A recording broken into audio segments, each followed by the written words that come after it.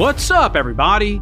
My name is Demetri Kofinas, and you're listening to Hidden Forces, a podcast that inspires investors, entrepreneurs, and everyday citizens to challenge consensus narratives and learn how to think critically about the systems of power shaping our world.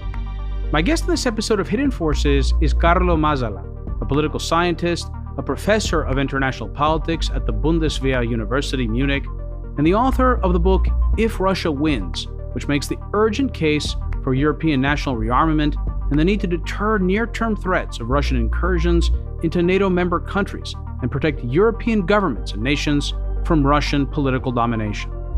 Carlo and I spend the first hour of this conversation detailing the scenario that he puts forward in his book, that of a limited Russian incursion into the Estonian city of Narva.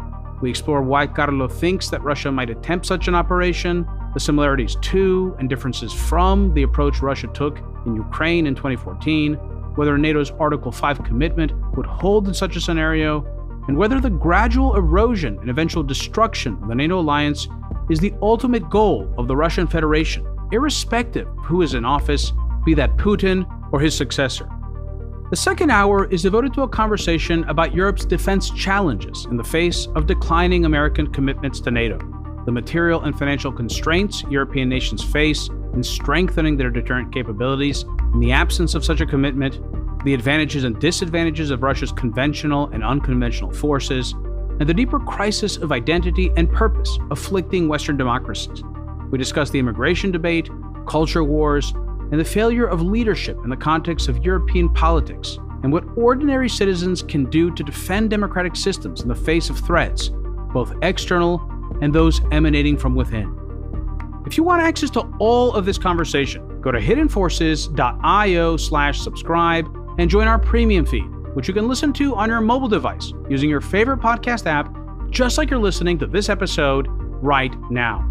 If you want to join in on the conversation and become a member of the Hidden Forces Genius community, which includes Q&A calls with guests, discounted access to third-party research and analysis, and in-person events like our intimate dinners and weekend retreats, you can also do that on our subscriber page. And if you still have questions, feel free to send an email to info@hiddenforces.io, and I or someone from our team will get right back to you.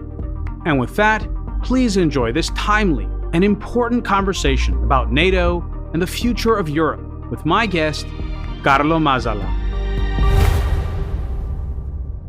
Carlo Masala, welcome to Hidden Forces. Thanks for having me on your program.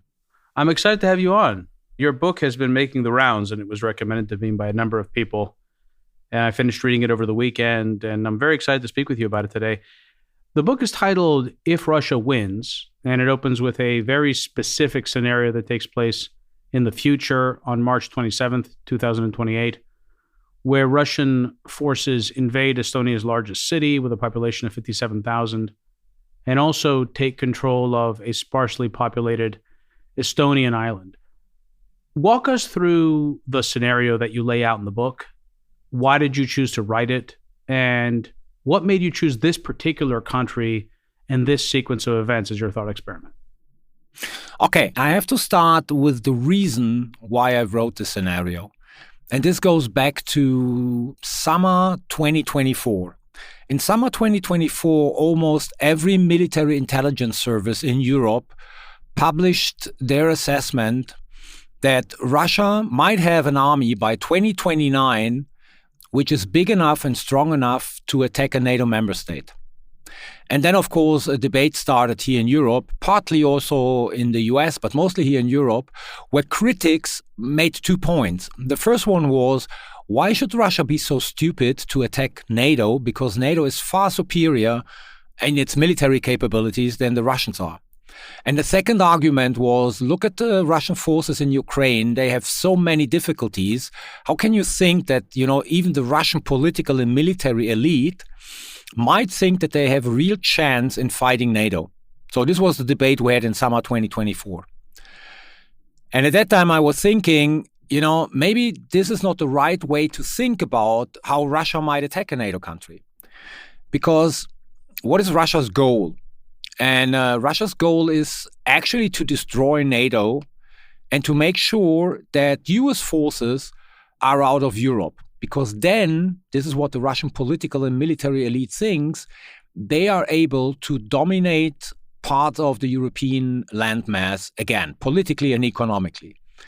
So this led me to the thought, to achieve this goal, is it really necessary to attack a NATO country full-fledgedly, meaning, 6 tank divisions breaking through the Belarus-Polish border with the aim to conquer Warsaw? And I thought, no, it's not necessary. I mean, the Russians just have to put NATO on a test and to see whether NATO is willing to invoke Article 5. And the best thing they can do is they can do some, let's say, minor incursion into a NATO territory. And then I was looking, where are basically NATO's soft underbellies? And this goes back to, the Second World War, where Churchill was looking for the soft underbellies of the Nazis, and he found the soft underbelly in Sicily. So that's the reason why they drove in through Sicily to basically liberate the rest of Europe. And if you look basically at the map and in various NATO countries, you have a couple of soft underbellies. You have an island which belongs to Norway, Svalbard, for instance, where there are small Russian settlements. You have Gotland, which is a Swedish island, but you have also a couple, 4 cities actually, 2 in Norway, 1 in Estonia and 1 in Lithuania, which are close to the Russian border, which have a Russian-speaking minority and even some people who are still Russian citizens. And these kind of cities with a Russian-speaking minority or even Russian citizens or people who have a dual citizenship, one of them is Russian, usually provide the Russians with a perfect narrative to invade. This is what we saw in the Donbass in 2014, because then the Russians can make the argument that the rights of their minorities are oppressed in the respective countries and that they have to do something in order to protect their minorities abroad. And so you have Narva in Estonia, you have another city in Lithuania, and I choose Narva as an example. So sometimes people think that, this scenario is a prognosis and that I say they will go into Narva. But that's not the point. Narva is just to illustrate something we know from the Russians, could have taken place also in these 2 Norwegian cities where there is a Russian-speaking minority, or in Lithuania, but I just choose Narva basically as an example for how the Russians might look at the possibility to put NATO on a test.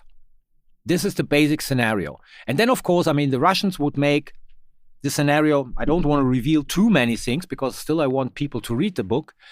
And then the Russians would basically go around NATO countries and especially to the United States and would say, are you really willing to risk a major conventional confrontation, which always includes a nuclear dimension, for the liberation of this tiny place in Estonia? And this will put NATO on a test because NATO then has to decide whether they invoke Article 5 and they try to liberate by all means necessary this Russian-occupied city, or whether some NATO countries think it's not worse, let's use a phrase which we know from the First World War, that it's not worse to die for Narva. And this is basically the scenario. So it's a political scenario rather than a military scenario. So I certainly encourage people to read the book. It's a very short book. You can read this book in a few hours, really, if you're committed. So I would love to at least give them some sense of what the scenario is that you put forward, because I also want to run some counterfactuals by you, because in fact, this is a contested area. Contested is the wrong word, but the Narva River crossing is an area that has seen incursions by Russian forces before. And so Estonians are on high alert on a regular basis, the Estonian army, in how to deal with this. So this is not actually, while the scenario itself is fictitious, it is by no means implausible. So just do me a favor and share with us what details you can about what you've put forward in the book so that both people can get a sense of what they're about to read, and also, more importantly for this discussion, to lay the foundation for a further series of questions that delve into this topic. Yeah. So basically, the book starts with the end of the war against Ukraine. There is, I call it the Peace of Geneva, because there is a treaty signed in Geneva between the Russians and the Ukrainians, mediated by the US and some Europeans, which basically gives Russia whatever they claim they want to have. So Russia gets the territory it is occupying. Russia gets mostly demilitarized Ukraine, rest of Ukraine, which will have no hard security guarantees, neither by the Europeans nor by the US. The current government or the president has to resign. They go into a phase of new elections, and the Russians are trying to meddle into these kind of elections. But mainly also, there is no economic perspective for the rest of Ukraine, so people are starting to leave the country. And the point is that this will be perceived by the Russians as a victory. And this encouraged them to go even further. So in my scenario, Putin, as a Russian president, resigns, and a new guy comes in, which is someone who comes from the financial sector, wasn't in politics before, young, smart guy, and he starts a charm offensive vis-a-vis, let's say, Europe and the US, making clear that he's not ready to negotiate anything about, the occupied territories in Ukraine, but he wants to normalize relations with the West. And he puts forward proposal after proposal, which basically leads in Europe to a situation where European leaders, as well as public opinion, is not quite sure whether this guy is just a better-looking Putin or really represent a kind of new approach in Russian foreign policy. And the consequence is that all these attempts we've seen over the past couple of years, 2 years, to rearm Europe, to establish some kind of deterrence with regard to Russia, is put on hold because European political leaders want to test and want to see basically who is this guy? Is he really a new approach in Russian foreign policy or not? Some combination of wishful thinking and also appealing to a public that is war weary and also wants the benefit of closer economic integration with Russia. Yeah, and definitely in all of the European societies, then a debate starts, that if this guy is really or represents something new in Russia, then why should we continue with all the efforts to rearm? Then basically we should, look for closer cooperation with Russia. While in Russia, it is very clear that actually this new president, wants to continue this kind of Neo-Imperial policy we see from Russia since a couple of years. So he gets all his closest advisors and top military guys together and says, find me a way where we can basically continue with the policy of my predecessor. And then they start discussing about various options. They are very sure that, invading a NATO country full-fledgedly would not lead to the desired results. And then the chief of the Russian army comes up with a historical analogy. And the historical analogy is the so-called remilitarization of the Rhineland. And for those who are not familiar with that, this is a situation in 1936. The Versailles Treaty, the treaty which was signed basically after the end of the First World War, did forbid Germany to have a permanent military presence in the Rhineland, which is part of Germany, because the French were adamantly against this and supported by Great Britain in that. So it was written into the Versailles Treaty. When the Nazis came into power, they started a debate with the leadership of the Wehrmacht how to basically test the French and the British resolve in confronting Nazi Germany. And they came up with the idea of sending the Wehrmacht into the Rhineland, fully knowing that if France, and this was the decision, that if France and Great Britain would react, they would basically immediately withdraw from the Rhineland. But at the end, it turned out that neither France nor Great Britain did react in any way, so the Wehrmacht stayed in the Rhineland. And this basically is the scenario they developed then for their political ambitions, which is you basically go into a small part of a NATO area, you stay there, you ask NATO actually if they're really willing to have a major conventional escalation with the Russian armed forces and the nuclear dimension included to that for the liberation of such a city. If NATO would react, if NATO were to react, they would immediately withdraw on their own territory. But if NATO doesn't react, then they would stay and NATO would be dead. That's basically the scenario. What is important for the book is that the attack on Narva doesn't start in Narva. Actually, it starts with Russian paramilitary units in Africa, in pushing basically people from Africa to the Mediterranean coast, putting them on boats to be sent to Europe. Because if you live in Europe, you know that one of the major issues at the moment is irregular migration into the European Union, especially from Africa. So if you have such a wave of migrants trying to get into the European Union, then Europe would be completely focused on preventing these migrants from entering the European Union. So Europe is going to be distracted from, let's say, the eastern flank. The same thing happens in my scenario with a little bit of help from the Chinese, who start basically some kind of quarrel with the Vietnamese of a small archipelago in the South China Sea. Because you as Americans, you know that whenever something happens in the South China Sea, the reaction of every US administration is at least to send a carrier group over to deter the aggressor from doing even more. So even the US, to a certain extent, is distracted from the eastern flank of NATO and focused on the South China Sea. And this basically provides the space for the Russians to move into Narva. This is what they do in my scenario. And then basically the whole political process starts. Yeah. Then you have a couple of scenes where basically, you know, how the US is debating internally what kind of possibilities they have in order basically to get the Russians out of Narva. The same thing happens in Europe. And the Russians are countering this by sending out their diplomats. And especially one scene is, I think, very crucial in my book, is a meeting between the Russian ambassador to the United Nations, who is sent to the White House to meet the US National Security Advisor to have a talk about, you know, Narva. And in this talk, the US National Security Advisor basically is pressing the Russian ambassador on the issue what Russia is willing to do in order to defend Narva. Because the Russians make it very clear it's about this city, it's about the protection of their minority. They have no intention even to go further. And in this conversation, in this chat, the Russian ambassador and the US National Security Advisor the Russian ambassador makes it very clear that Russia is willing to protect Narva by all means necessary, which also means the use of nuclear weapons. Yeah.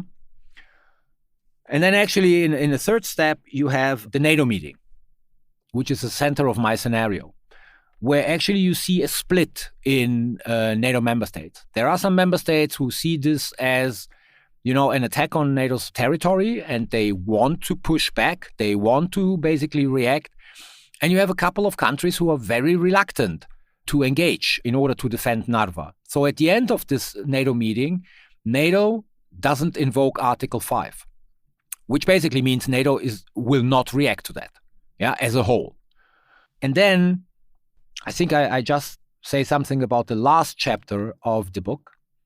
In the last chapter of the book, there is a call between the new Russian president and the Chinese president. And it's a very small chapter. I mean, it's half of a page or something like that. And the dialogue basically is as follows. The Russian president says to the Chinese president, you know, things are moving faster than they did over the past century. And the Chinese president answers by saying, yes, and we are in the driving seat. Or we are driving that. And what sounds like a made-up dialogue by me is exactly the dialogue Putin and Xi had a year and a half ago at Sochi when they basically had a bilateral meeting. So at a certain point, they had a break. They went out on the balcony with their delegations, and there was a kind of hot mic, which recorded exactly this kind of conversation. Putin said to Xi, history is moving faster than the past 100 years. And Xi answered to Putin, yes, and we are in the driving seat. So that's basically the end of my scenario. Okay, I have a lot of questions. Thank you so much. First of all, do we know whose mic it was that was turned on during that conversation? Well, I would have to go back into my files. I don't know. Probably I don't know Russian if it was media. ever. I'm just curious, because I'm also skeptical. If it was someone from the Chinese delegation, I would expect that it was it done in error. But I wouldn't have been surprised if maybe someone on the Russian side had kept it hot on purpose. So let's go through a number of my questions. First of all, let's talk a little bit about your choice and your decision to replace Putin by this younger, charismatic leader. Why did you decide to engage in a leadership transition ahead of this incursion? Why was that important for you? Was it to demonstrate that the Russian threat extends beyond Putin? I mean, there are three arguments why I changed basically a Russian president. One is, it's very simple, to make the book more readable and to have some kind of surprise element for the reader. The second thing is, and you alluded already to that if you look at Russia, we tend to call this war Putin's war. And we tend to overlook that this is basically Russia's war, because it's the regime who has this kind of neo-imperial ambition. So if Putin will be dead by tomorrow, he will be replaced by someone else who probably would continue the same kind of policy. Because we know from the regime, it's the regime who has this kind of neo-imperial ambition. And the third thing is, I wanted basically older readers like I am, having this kind of new Russian president who basically confuses Europe and the US is exactly what we had in the mid-80s. In the mid-80s, when Gorbachev came into power, actually Europe and the US, the Reagan administration and our administrations, they were split on whether Gorbachev is something like a better-looking Brezhnev, his predecessor, or whether he represents really something new in Soviet foreign policy. And I needed that to basically get to the point, which is something I'm really concerned of, that if the war is over, basically we will slow down in our efforts to deter Russia, because we will have this kind of mood in the societies as well as in politics to say, now the Russians got what they wanted in Ukraine, and that's it. They won't pose any further threat to European stability and security. So I definitely think it's a good strategy to assume the worst in order to prepare yourself as best as possible, in this case, to deter potential Russian aggression. But I do want to dig a bit deeper into some of these assumptions that you make about Russia's goal. You said its goal is to destroy NATO. Yeah. And also that the regime beyond Putin, that the Russian, I suppose the ruling consensus within Russia, has imperial ambitions. Why do you proceed with these assumptions? First of all, the first assumption that Russia wants to destroy NATO is something the Russians are clearly telling us. If you go back, for instance, to the letter, the letter was written by Lavrov, but of course it was Putin's letter, on the 17th of December 2021 to Washington, and a similar letter was sent the day after to Brussels, NATO headquarters, where they laid out their demands in order not to invade into Ukraine. One demand, and the most important, was that they wanted to talk to the US about actually the European security architecture, meaning they wanted US forces out of large parts of Middle and Eastern Europe as well as the Balkans. Some even say they want US forces out of Kosovo, but I'm not quite sure about that. Yeah, but this is basically which they wrote in a letter. And since then, when Putin or someone else, Lavrov, Peskov, whoever, talks about, ending this war, they make very clear that they want to talk to the US about its European security architecture. So usually the Russians let the US know that they're not that much willing to talk about Ukraine because they have this maximalist demands which they want to see fulfilled. But they want to engage in a dialogue about, reversing the European security architecture. And what is written in this letter of 2021 is to the status of 1997. So in 1997 was 2 years before the first enlargement of NATO. The first enlargement was Poland, Hungary, and the Czech Republic. And the Russians know that, NATO will not kick out these countries out of NATO. But what the Russians do mean is no American troops and installations, in those member countries who came after 1997 into NATO. And if you ask yourself, why is this the case? Why do they want American troops out of Middle and Eastern Europe? That's a precondition for them to dominate parts of this landmass, again, politically and economically. I do not believe that Russia's ambition is to recreate the Soviet Union, especially not when it comes to territory. It's not that I think that the Russians want to integrate the Baltic countries and the other countries into their territory and have this kind of new Soviet Union. But, and you can go back to the Yeltsin area, after 1991, when the Soviet Union collapsed and there was this first democratic government in Russia, even Yeltsin wanted to have the control over these areas. I mean, we know that there was a meeting between Clinton and Yeltsin in 1993, where Yeltsin basically said, give us, the Baltics and Central and Eastern Europe. We had the first national security strategy of the Russian Federation, I don't remember, 1993, I think, was it too, where basically they called this whole area their near abroad, where they have special interest. So this is something which is not, part of Putin's and the regime's ideology. This goes even back to the Yeltsin area. And you can even extend this to the Soviet Union, because the first proposal in 1958 by the then Polish Foreign Minister Rapaki, calling on the Western Europeans to engage in some kind of diplomatic effort to create a kind of European security architecture, was calling for a European security architecture ranging from Vladivostok to Lisbon. San Francisco and Vancouver were missing in this proposal.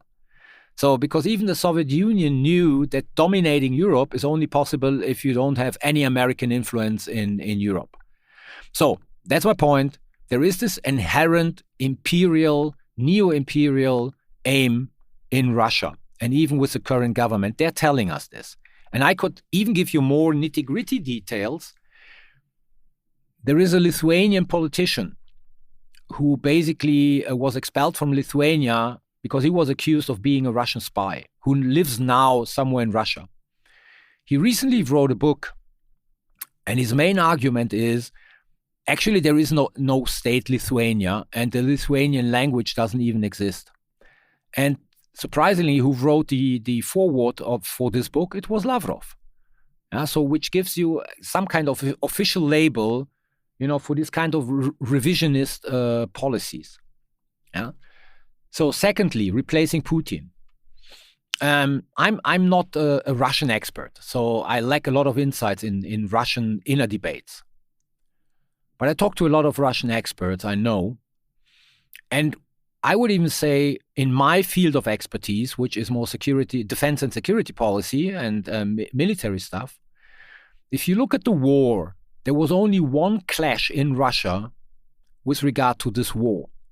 And this was not among people who said this war is stupid, and doesn't bring anything to us. These were among the people around Putin and the hardliners, accusing Putin being too soft in the way he was waging the war against Ukraine. So actually the only opposition we became aware of was an even more nationalistic opposition than the current regime is. So therefore, my assumption is, if there is a change of politicians in Russia, we might even get people who are more hardcore with regard to Russia's goals and, what the Russians wanted to achieve in foreign and security policy than the current leadership is. That's actually a great point, because a lot of commentators in the United States, whether we're talking about Russia, whether we're talking about Turkey, because this also applies to Turkey as well, where you have a significant contingent of hardliners who push Erdogan to the right. There's an expectation that if the leader leaves, or if there's a collapse or a coup or something, that somehow this is good for the United States. Putting aside all the other ways in which something like that would be bad, it's also important to recognize the points that you made. So I think there'll be opportunities to challenge some of these assumptions even further as we move along. But I want to clarify a few other assumptions that you put forward. One of the preconditions for this scenario is a withdrawal of American support for NATO. Yeah. How much does the scenario depend on this, on a U.S. withdrawal from NATO or a reduction of its commitments, even if they aren't necessarily explicit, but a loss of confidence in American leadership? It's crucial. I mean, right now and in the foreseeable future, a Europe which can't rely on a US engagement in Europe, a military engagement, won't be able to defend itself against any Russian aggression, because there is a huge capability gap and a lot of things which are crucial for defending against a large-scale aggression, be it by Russia or by someone else, but Russia is the obvious candidate for this right now at the moment, will be extremely difficult without US support. Yeah. So US being committed to NATO in both areas, conventionally and nuclear, is the precondition for Europe being able to defend itself and for NATO being able to deter the Russians. If there is the perception in Moscow that the US is no longer committed to NATO, and especially not committed to defend actively together with Europe, then the chances will increase that Russia might seize the opportunity. Yeah? And I give you one example, which I found very striking. I told you that by summer, 2024, all these military intelligence services came up and said, by 2029, the Russians will have an army which, if politically wanted, is able to attack a NATO country. And all these assessments were, of course, based on, what they had as sources in terms of how many tanks do the Russians produce, how many ballistic missiles and cruise missiles, and so on and so forth. At the beginning of this year, we had a change of government in Germany, yeah? And with this change of government came also a change in the leadership of our external intelligence service. And the outgoing guy, who was not sacked because he's now ambassador to the Vatican. So, he wasn't sacked because, they didn't like him. It was just because he was already for 6 years head of the external security service and they thought change might be good. But this guy, in interviews he did before he left his position, said, we have indications, which is far more than, we know how many tanks they produce and how many ballistic missiles. We have indications that there are circles in Moscow who do not believe in Article 5 any longer, and they would like to test it. So, what is a threat? You need to know the actor, that he has the capabilities and the intentions. And we know the actor, we know his capabilities, and now we have some indications that some circles, he wasn't very specific which kind of circles, but they even, have the perception that if they would attack NATO, not full-fledgedly, but in the way I wrote it in the scenario, that NATO is not going to invoke Article 5. And this, of course, if you have this kind of perception, this opens a window of opportunity to do it. So how important is this multi-domain strategy that you talked about earlier, where in addition to the Russians in conducting incursions into neighboring territories like Estonia, the Chinese are also participating in trying to distract the Americans by getting them to send carriers into the South China Sea, by instigating a crisis over some disputed territory, in this case with the Philippines over the Second Thomas Shoal.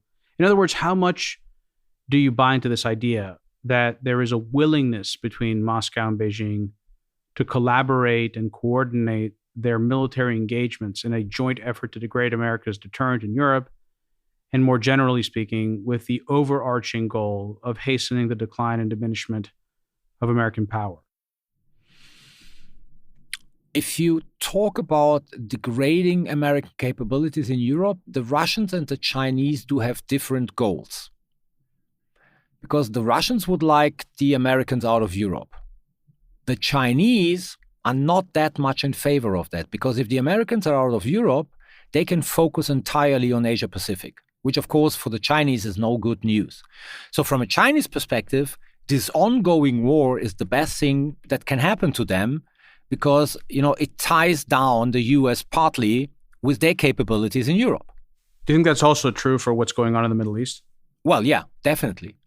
Wherever, the US is distracted from the Indo-Pacific or Asia, this is something the Chinese do support actively. Yeah, the distraction, because they're afraid that, and of course, if you look at the national security strategy of the US, the focus is Indo-Pacific, is Asia. Western Hemisphere, but then next, preventing China from becoming a regional hegemon in Asia. It's interesting you say that, and not to take us too far afield, but it's interesting because this has actually been a source of debate in the U.S. And in fact, most of the public commentary around the national security strategy has suggested that this is the United States doubling down on the Western Hemisphere and essentially ceding Asia to China, where in fact the document doesn't read like that at all. No, absolutely Though not. I think the only legitimate criticism that I can think of is that the document doesn't mean anything, because Trump can say whatever he wants and maybe it doesn't actually reflect the intentions of the administration. However, the document, I think, is pretty clear. To your point, it's what they're saying is we're going to lock down the Western Hemisphere, and then we're going to deny China hegemony over Asia. Absolutely. This is how I read the national security strategy too. I mean, it's explicitly stated. It's stated something like, the independence of Taiwan is very crucial, which means nothing else than, China doesn't get what we claim for us, an own backyard. And at the same time, though, again, and I want you to go back to where you were before, but just to throw this out, and maybe we can explore it later. The one just major curiosity in terms of how this administration has approached its foreign policy is the way it has dealt with its allies. And so this idea, if you're running a containment strategy on China, there is so much that doesn't make sense. And many people will try and explain this by saying, well, this is Trump's way of showing tough love. This is his way of forcing the Europeans to spend more on collective defense in order to make the American alliance structure, NATO, and America's participation in NATO more sustainable. That would be great if that's true. I still think that there are things that don't make sense, but maybe that's something we can explore. But please go back to where you were. I had originally asked you a question about this multi-domain strategy, and you were explaining how you feel what exactly is in China's best interest and the extent to which this partnership is an active collaboration to degrade America's ability to project power and the boundaries of American empire. I mean, it's an active collaboration in that sense that both do agree that U.S. strength is the biggest impediment for them to achieve their own foreign and security goals. If you read every document the Chinese and the Russians basically had or agreed over the past 3 years, if you read the declarations of the BRICS countries, I mean, this is an loose organization, which is dominated mainly by China, but also the Russians have a big role in there. The US, what they perceive as the US dominance politically, economically, and militarily over the globe is the biggest threat to their own foreign policy goals.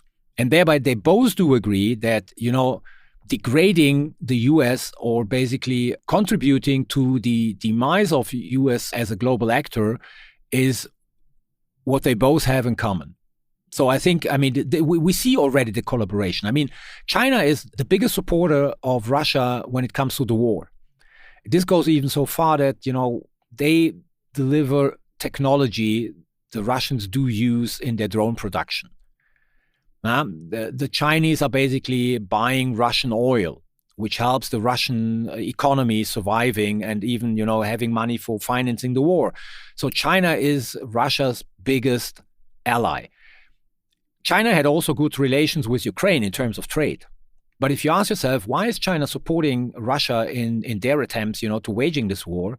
This is because this war helps China to prevent that the US is focusing on Asia.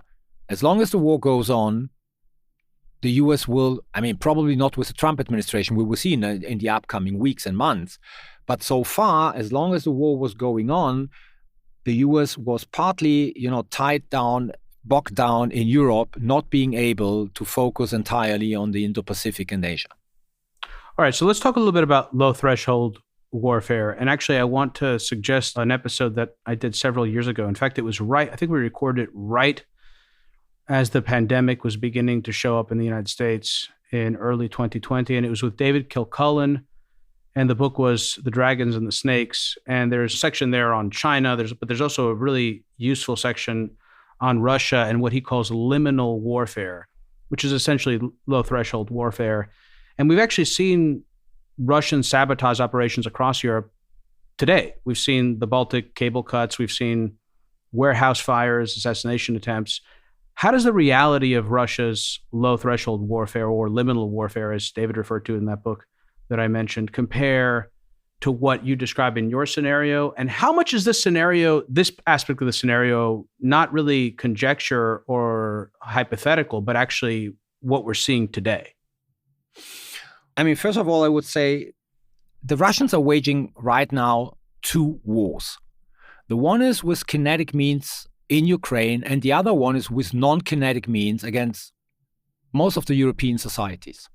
Yeah, and this kind of what many people call hybrid warfare, you called it low threshold warfare, mainly is also to intimidate governments and to deter politicians as well as, public opinion from, in this case, supporting Ukraine.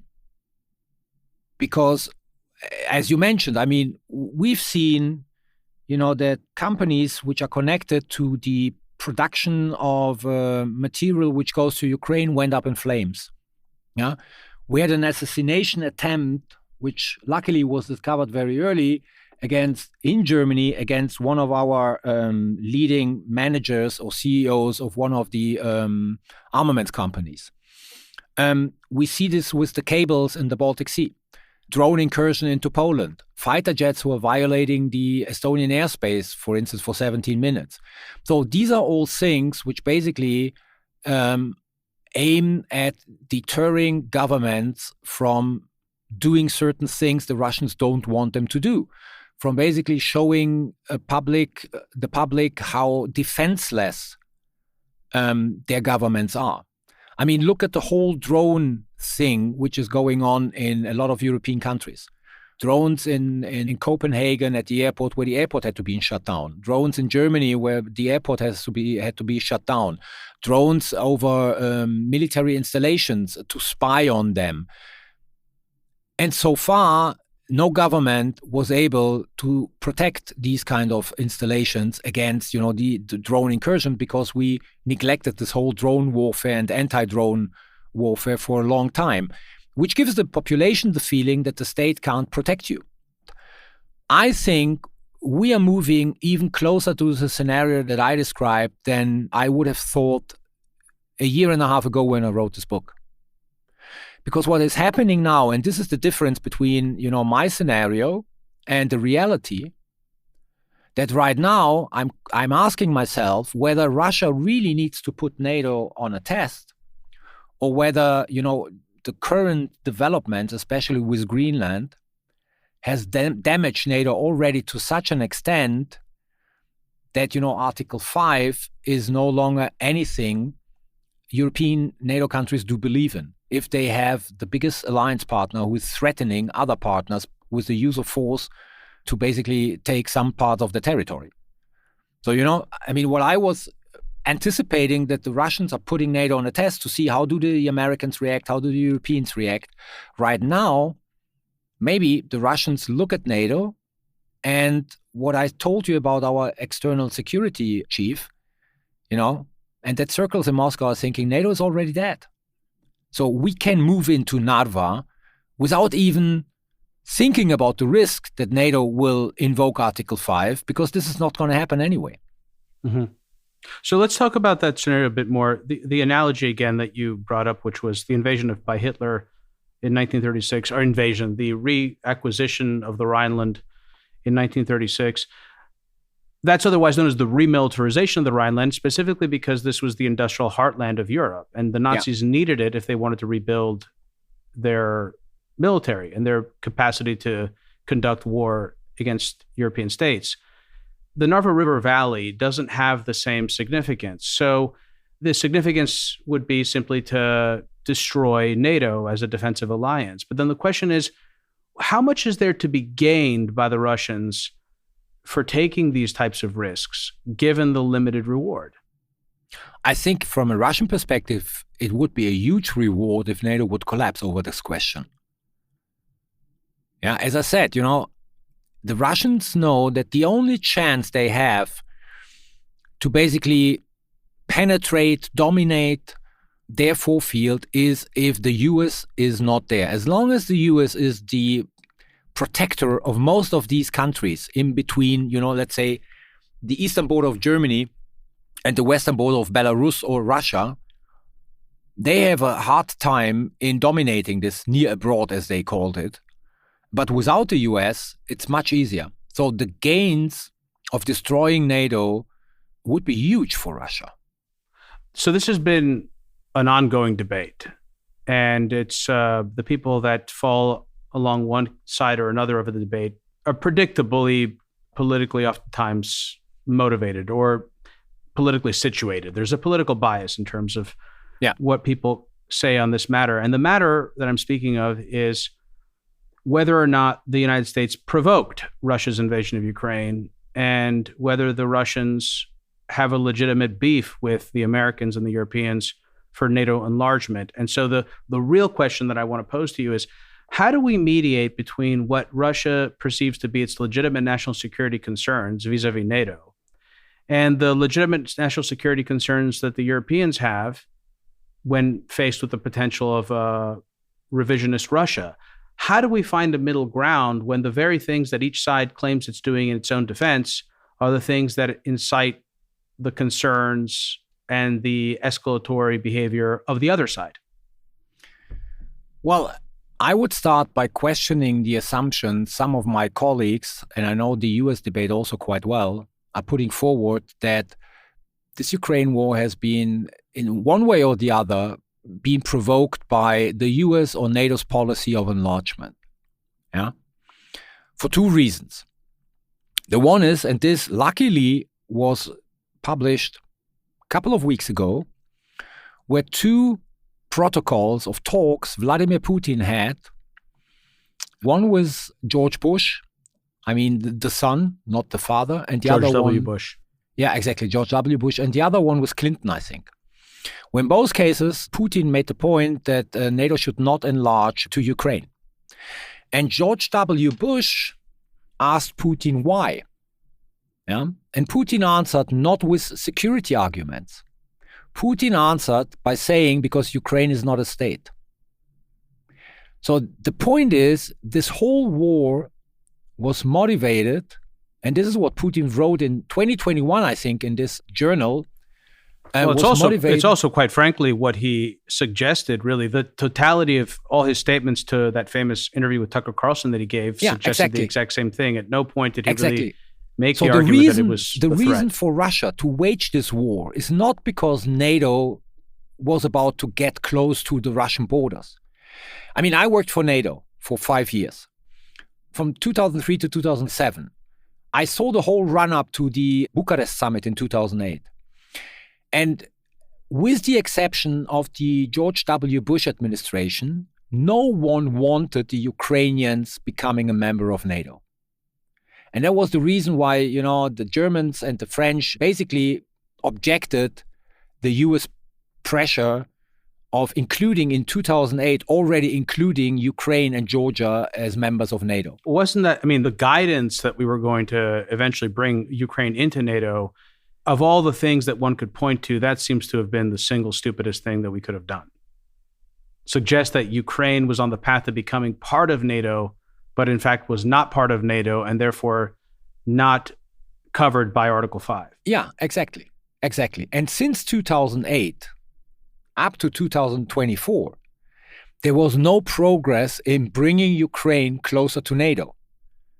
Yeah, they did a lot of things within the framework of the NATO-Ukrainian partnership, but the argument that actually Putin did some kind of, let's say, preemptive war because Ukraine was about to become a NATO member is completely made up. There is no empirical evidence for this. And Putin himself, he told Clinton, he told George W. Bush, he wrote it in 2021, and since then he repeated it. For him, the Ukrainians this is no state in its own right. And the people who think are Ukrainians are completely misled. He calls themselves Russians with a funny accent or a strange accent. From his perspective, these are Russians and they should be brought back into the motherland.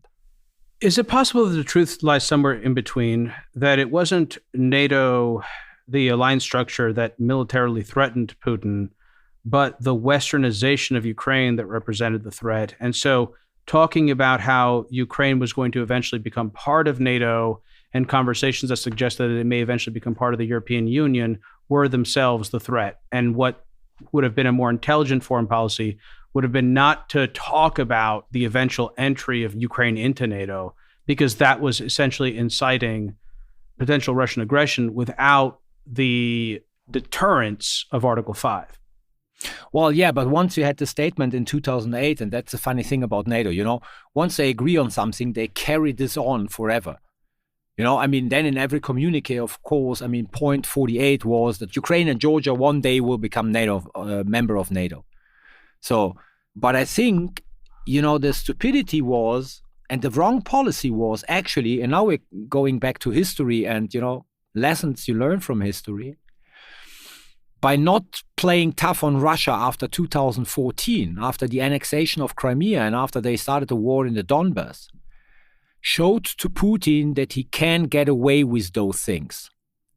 Because what happened after the annexation of Crimea, of course, there were sanctions, but at the same time, Nord Stream 2 was signed. So actually, he did something violating international law, and he got rewarded with a huge economic project. And this creates, of course, the impression that you can get away with those things.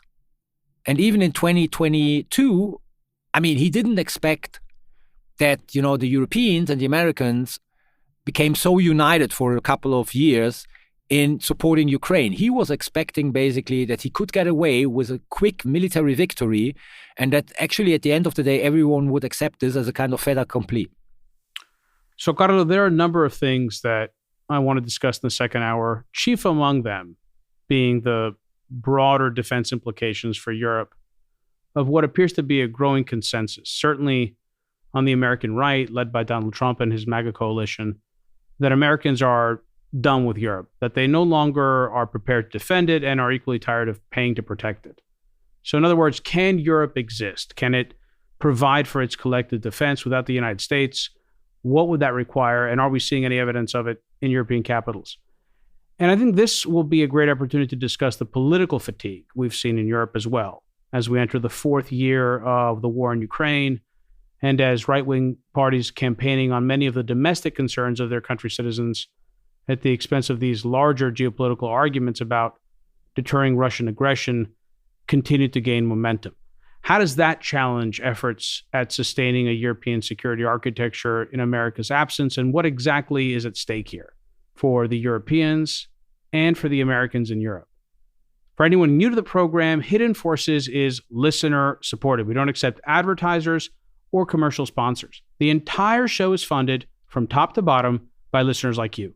If you want access to the second hour of today's conversation with Carlo, head over to hiddenforces.io/subscribe and sign up to one of our 3 content tiers.